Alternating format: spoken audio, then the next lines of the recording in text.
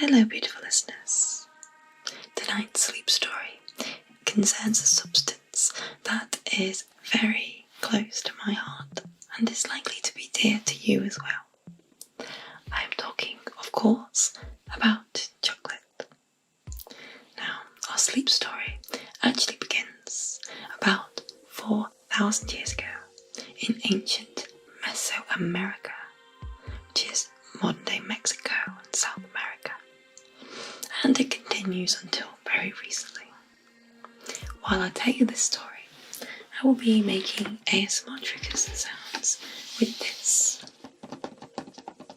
dark chocolate and honeycomb egg, Easter egg, by tapping on the box and the egg itself, breaking it apart and eating some of it. So, get comfortable, whether you want to sit in a chair or lay in bed. Take a few deep, refreshing, meaningful breaths and we will begin.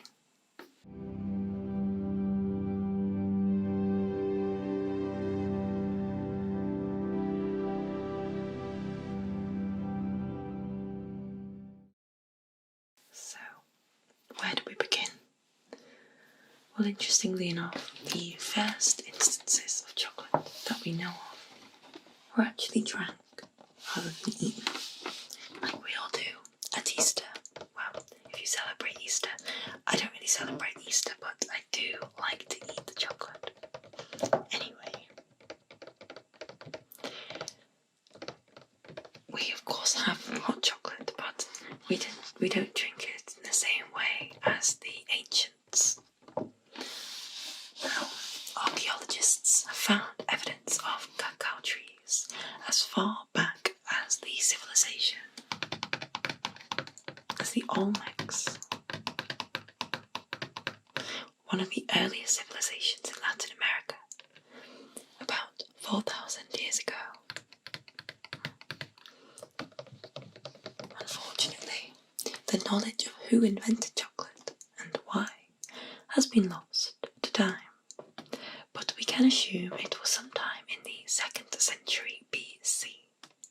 The Olmec appeared around 1600 BC and lived in the tropical lowlands of the Gulf of Mexico, what is now anyway the Gulf of Mexico. They had one of the first complex societies, and their culture influenced other civilizations which came later, like the Maya. The Olmec are known for the immense stone heads they carved from a volcanic rock called basalt.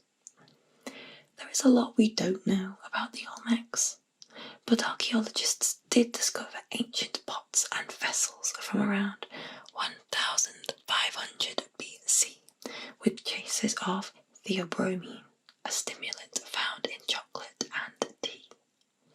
They did not leave a written record of their society, apart from a few glyphs or symbols.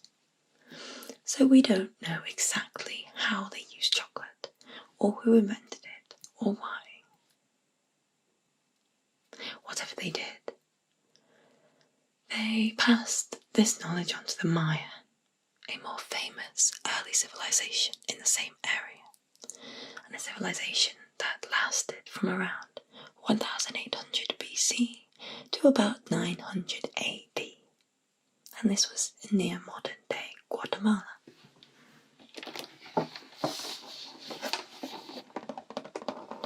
The Maya excelled at agriculture, pottery, hieroglyph writing, calendar making, and mathematics, and left behind a vast amount of impressive architecture and symbolic artwork. Most of the great stone cities of the Maya were abandoned by 900 AD, and there is debate among academics about what caused this decline.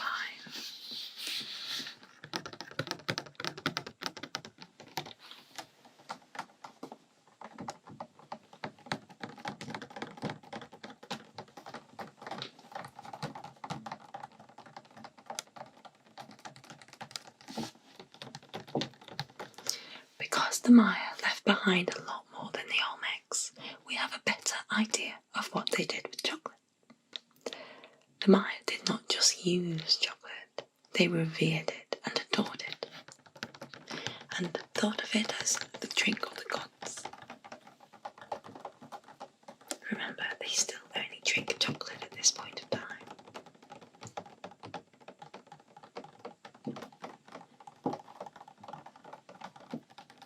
Many centuries later, the Aztecs used cocoa beans as currency. They believed that chocolate was a gift from the god Quetzalcoatl and drank it as a refreshing beverage, an aphrodisiac, and even to prepare war. That was the god Quetzalcoatl. If you missed it, Quetzalcoatl.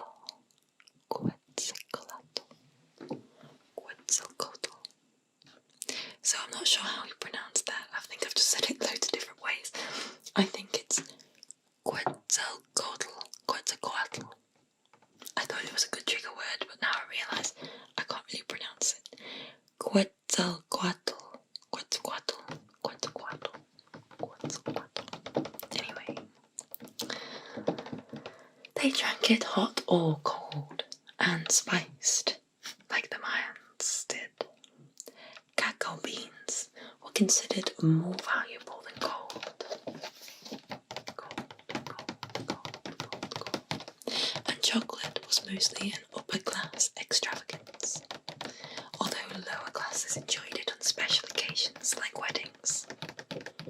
Notably, the mighty Aztec ruler Montezuma II supposedly drank gallons of chocolate each day for energy and as an aphrodisiac. Either he did a lot of exercise or he must have been a little bit fat, but actually it was healthier back then, but more on that later. So I just want to pause our story for just a minute for two brief points about my channel. Very brief, okay? So I know some of you have been waiting for my history of psychology video, which was the result of a poll. It was the most popular answer, but this has taken me some time. I am, after all, starting in ancient Greece, and there's so much to cover. But considering that we've just had Easter, a holiday full of chocolate, like it's like a celebration of chocolate, I thought that this would be a lovely video just to do in the meantime.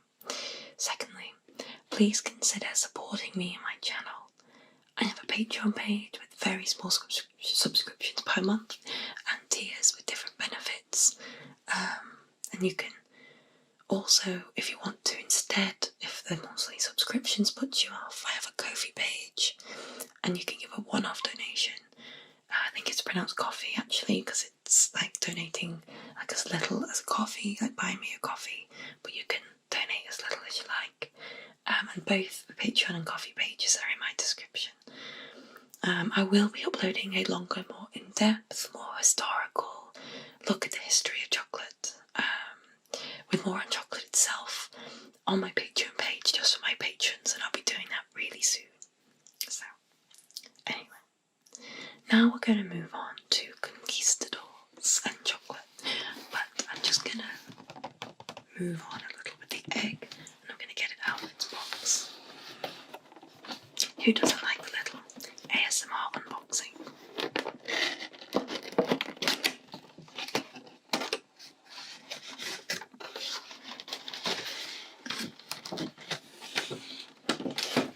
Here we go.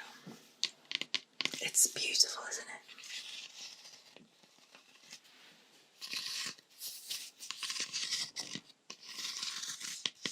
This is my last Easter egg. You know, when I was writing this history of chocolate, all I wanted to do all day is eat this. But I thought I was best waiting for this.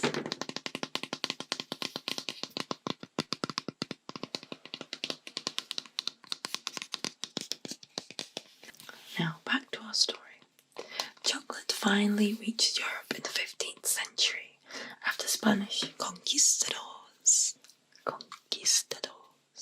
explored Latin America.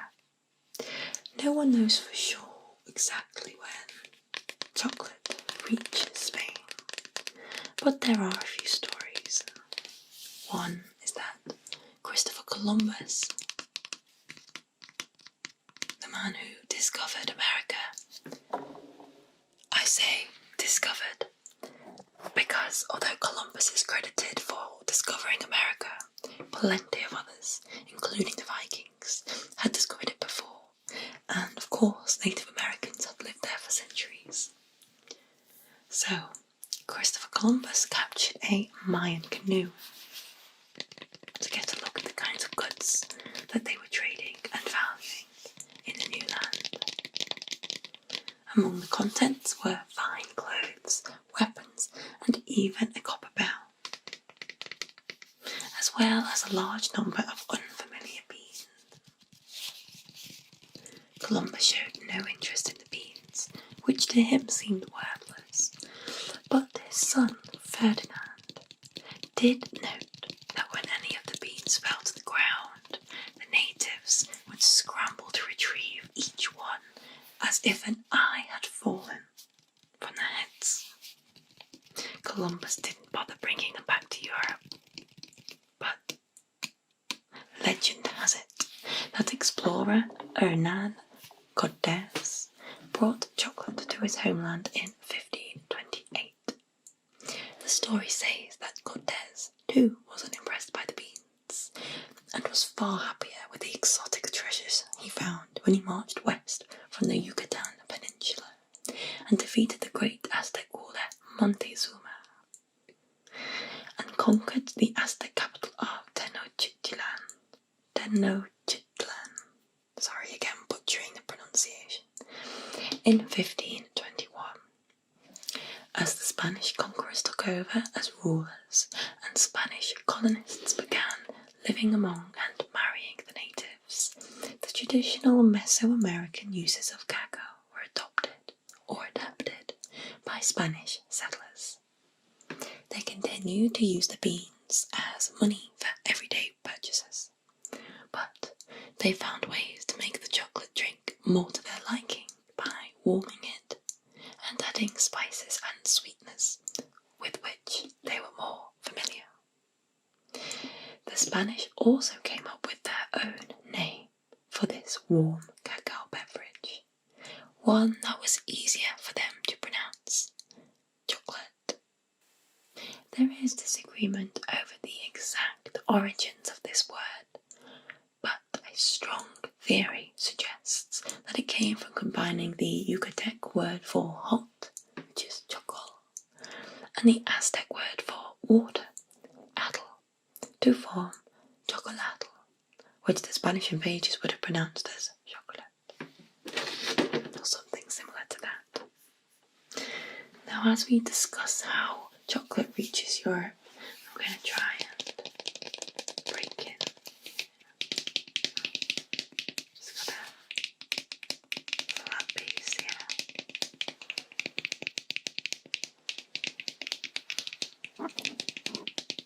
We certainly have come a long way. I wonder what the Aztecs and the Mayans would have made of my dark chocolate and honeycomb. Now it's best to break into an Easter egg. If anyone has any funny ways of how they open their Easter eggs, let me know. So I've warmed this up a little on my hands as I've been tapping it. But let's give this a go before we move on to chocolate in Europe. So in fact, this is vegan, and it's a honeycomb dark chocolate Easter egg by Deluxe.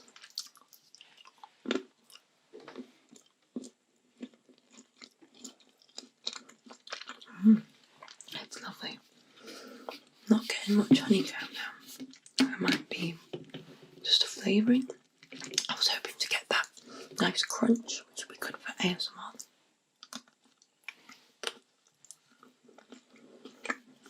Maybe it's mixed in. I don't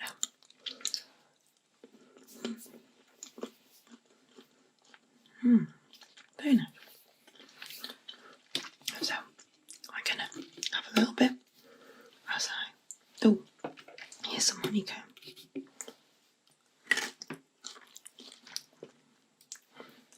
Just a little bit. We'll get there. Anyway, let's continue.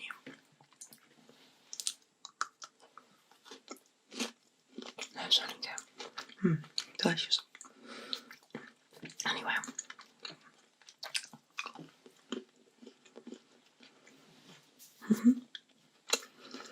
So, chocolate reaches Europe. When the Spanish invaders returned home, they introduced cacao to the Spanish. It was likely to have reached Europe in 1544. In that year, Dominican friars, who had travelled to the New World to convert the natives to Christianity, supposedly took a delegation of Mayan nobles from Guatemala home to Spain to meet Prince Philip, who would become Philip II. Now this story is different from the previous story about Cortez, but it's difficult to know exactly when chocolate came to Spain. These are just the stories that I've found. So the delegation brought with them the most valuable items from their culture, including gift jars of beaten cocoa, mixed and ready to drink.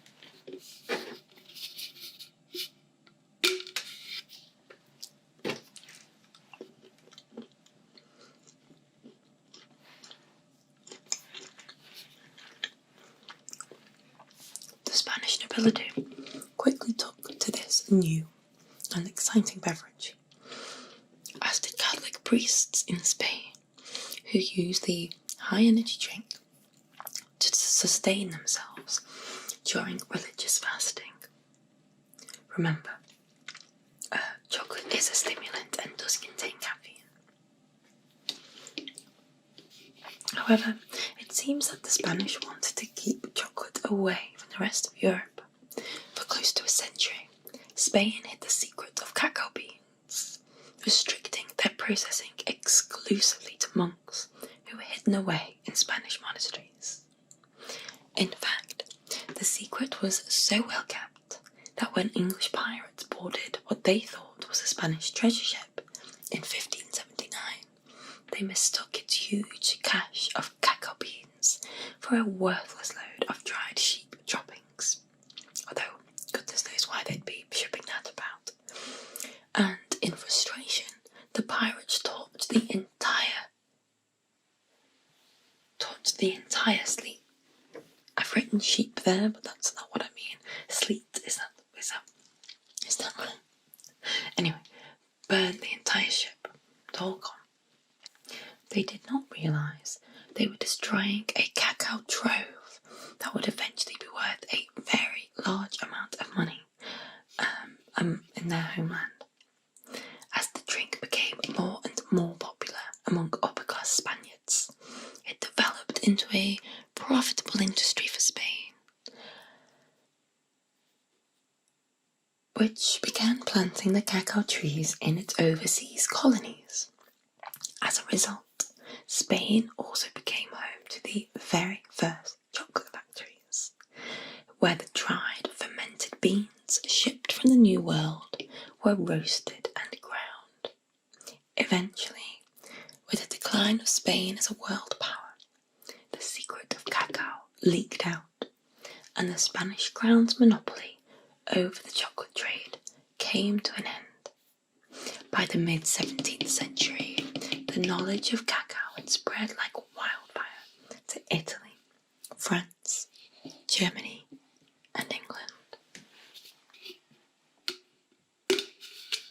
So I won't eat too much because, as I just said, chocolate's a stimulant, and it's getting quite late here. And tapping on the egg has made me fall asleep.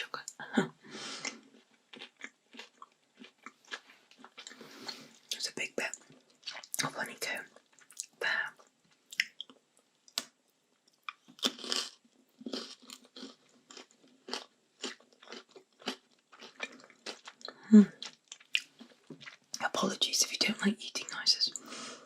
There won't be too many.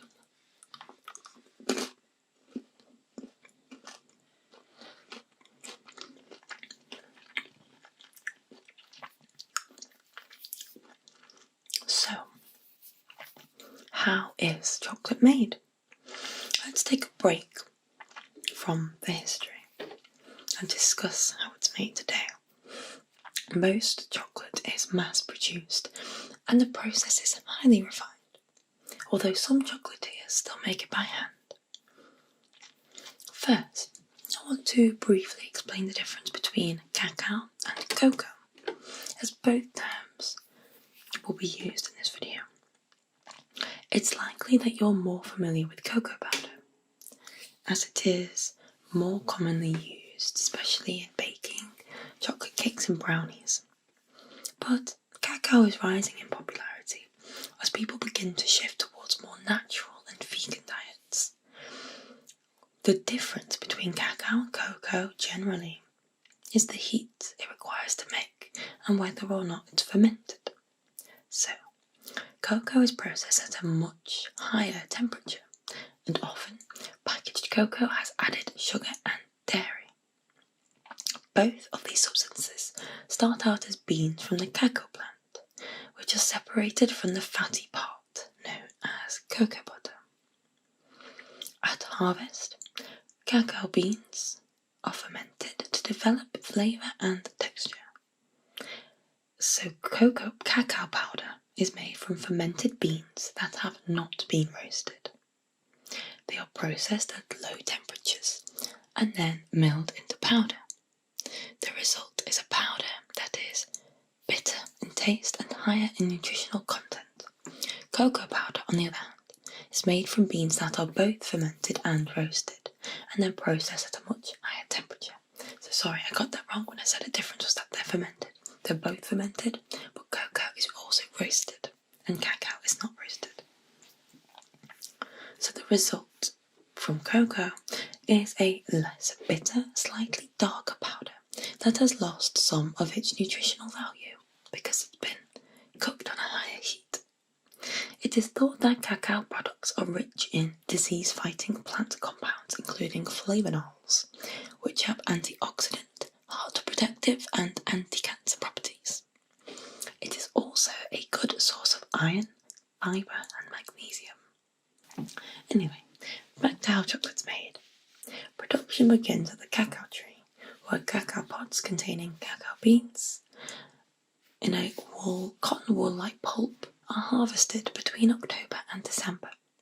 The beans are placed between layers of banana leaves for 6 days to drain the pulp away, a method known as heat, before being dried in the sun, packaged and sent to a factory for chocolate making.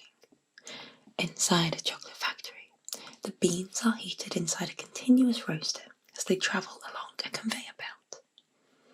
The time of this process varies depending on the flavour required.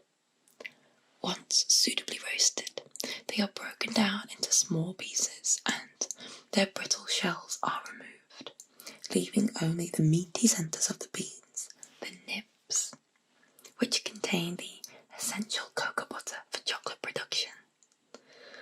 A mill grinds these nibs into a thick brown liquid known as cocoa liquor, the basis of all chocolate products, which is then mixed with varying amounts of sugar and milk depending on the required type of chocolate. Now, typically, dark chocolate consists of 70% cocoa liquor, while milk and white chocolate have about 30%. Vacuum ovens then dry this mixture into what is known as a chocolate crumb, before giant rollers squash the liquid together. It is then ground between rollers to improve the silky texture, before being smoothed even further in a process known as conching. This involves kneading the mixture in giant tanks at about 46 degrees Celsius, with the very best chocolate being conched for more than a week. The final process is tempering, where the liquid is continuously cooled and kneaded in a cycle until it is a stable chocolatey consistency. After, the liquid can be poured into moulds, cooled, or wrapped at high speeds to make products like bars of chocolate. To make chocolate with a particular filling, let's say caramel, the insides of the bars pass along a conveyor belt and are enrobed by the liquid chocolate before being cooled and wrapped. Let's have a tiny bit more chocolate.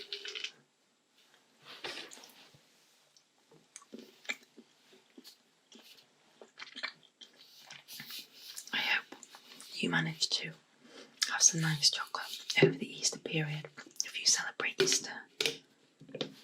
I know not everyone does.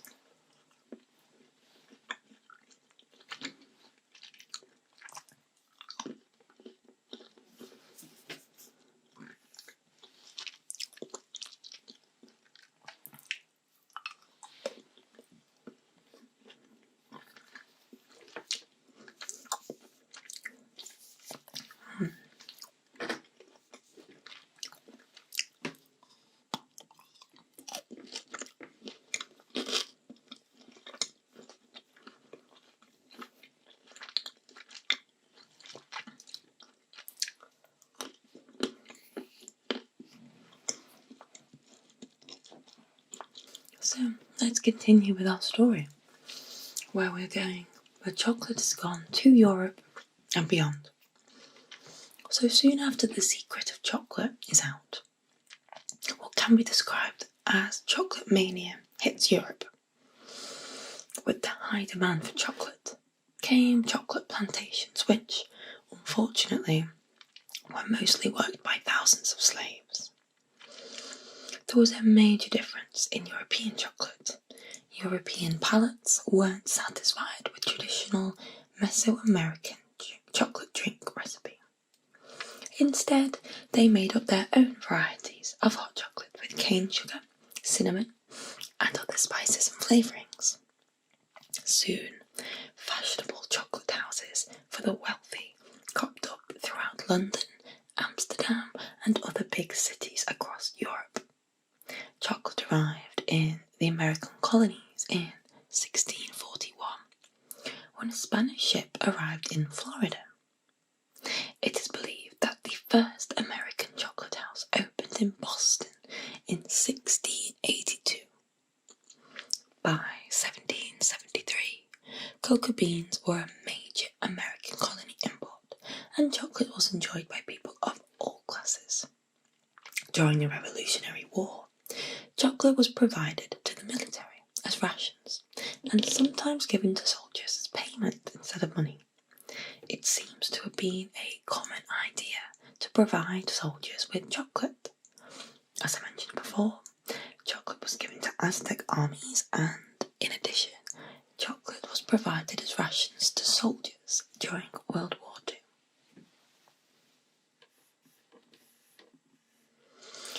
Now, as I previously mentioned, when chocolate was first on the scene in Europe, it was a luxury for the rich only.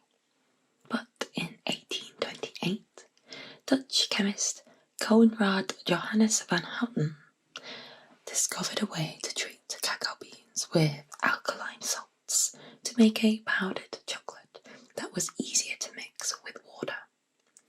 This became known as Dutch processing, and the chocolate produced called cacao powder or Dutch cocoa. Van Houten supposedly also invented the cocoa press, although some reports state that his father was responsible for this invention.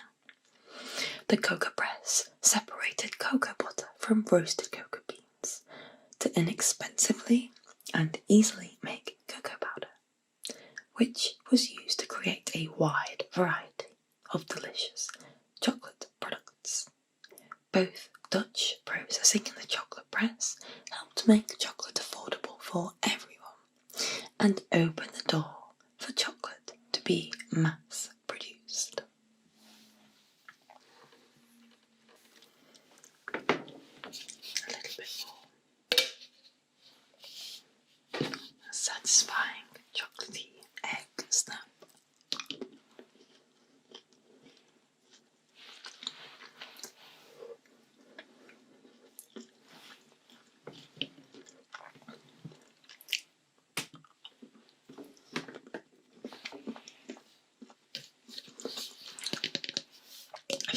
stop.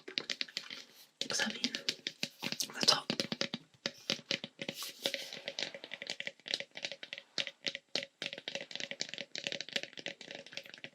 So, for much of the 19th century, chocolate was enjoyed as a beverage, and the milk was often added instead of water. In 1847, a British chocolatier, J.S. Fry and Sons, created the first chocolate bar moulded from a paste made of sugar, chocolate liquor, and cocoa butter. Swiss chocolatier Daniel Peter is often credited for adding dried milk powder to chocolate to create milk chocolate in 1876. Several years later, he worked with his friend Henry Nestle, and they created the Nestle Company and brought milk chocolate to the mass market. As you're probably aware, Nestle is still a company to this day and produces a wide variety of products. Thus, chocolate had come a long way, but it was still hard and difficult to chew. In 1879, another Swiss chocolatier, Rudolf Lindt, invented the conch machine, which mixed and aerated chocolate, giving it a smooth, melt-in-the-mouth consistency, much like this one, that blended well with other ingredients. As I mentioned before, conching is still used today in chocolate making.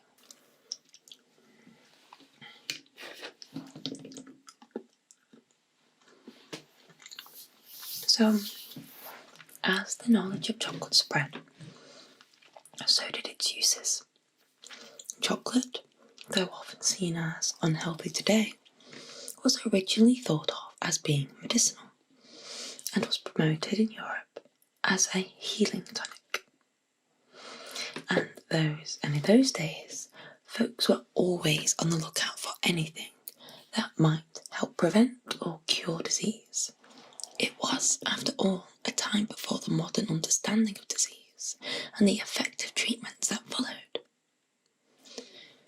Of course, the ancient theories about health and disease would eventually be disproved, but in the meantime, the nutritious, energizing drink from the New World was assigned various attributes, although physicians of the time often disagreed about what these were, that made it seem beneficial for restoring and maintaining humoral balance.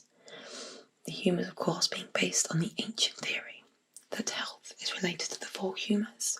If you don't know what that is, I do go into that in a bit more depth in my history of vaccines video.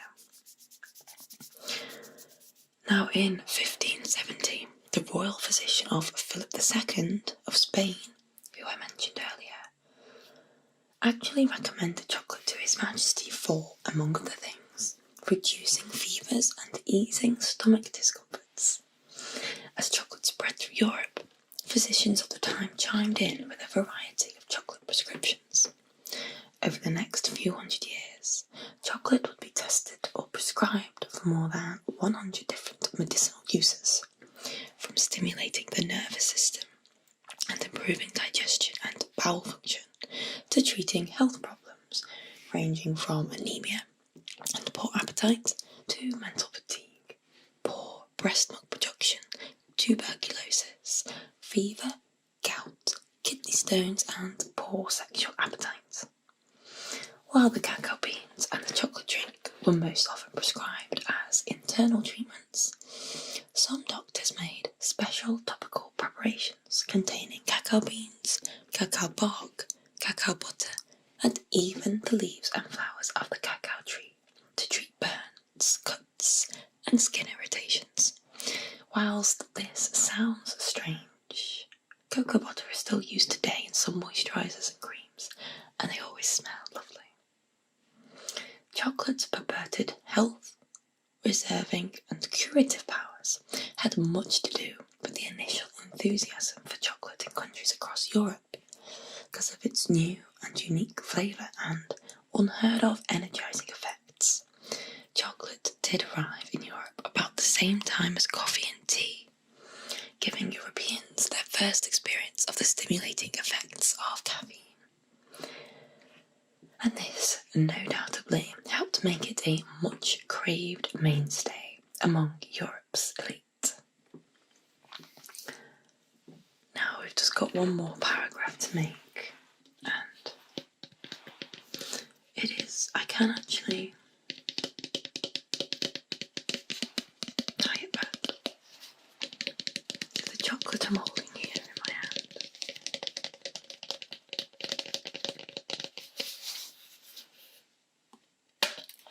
The last little munch of this, and then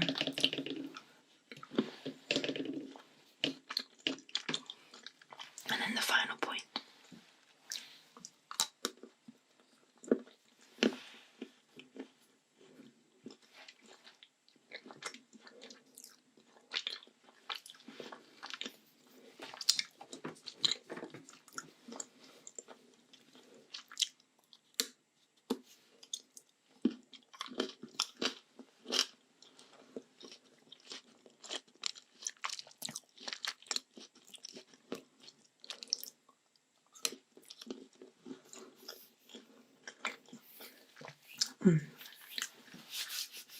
Very tasty. So, modern day chocolate production comes at a cost. As many cocoa farmers struggle to make ends meet, some turn to low wage or slave labour, sometimes acquired by child trafficking, to stay competitive. This has prompted grassroots efforts for large chocolate companies to consider how they get their cocoa supply. It's also resulted in appeals for more fair trade chocolate, which is created in an ethical and sustainable way. I can't speak for other countries, as I don't know, but in Britain some supermarkets and brands tell us that they only stock fair trade chocolate, but the best way to tell is to look for the fair trade symbol on the packet. Which is this one here. And it's got more info on the back. It says, the Fair Trade Cocoa Programme enables small-scale farmers to benefit by selling more of their cocoa as fair trade. What we should take away from this is that, because of its mass production, inevitably some things will fall below ideal standards. We should be very careful what we buy, and we should try to think about the other end of the production line and how we can help our fellow humans and the effect that we have on them, even if it's on the other side of the world. That's all for tonight though. I hope you enjoyed this sleep story. You can find my references for this video in the description box, and hopefully I'll remember to put timestamps this time. And I will see you again very soon.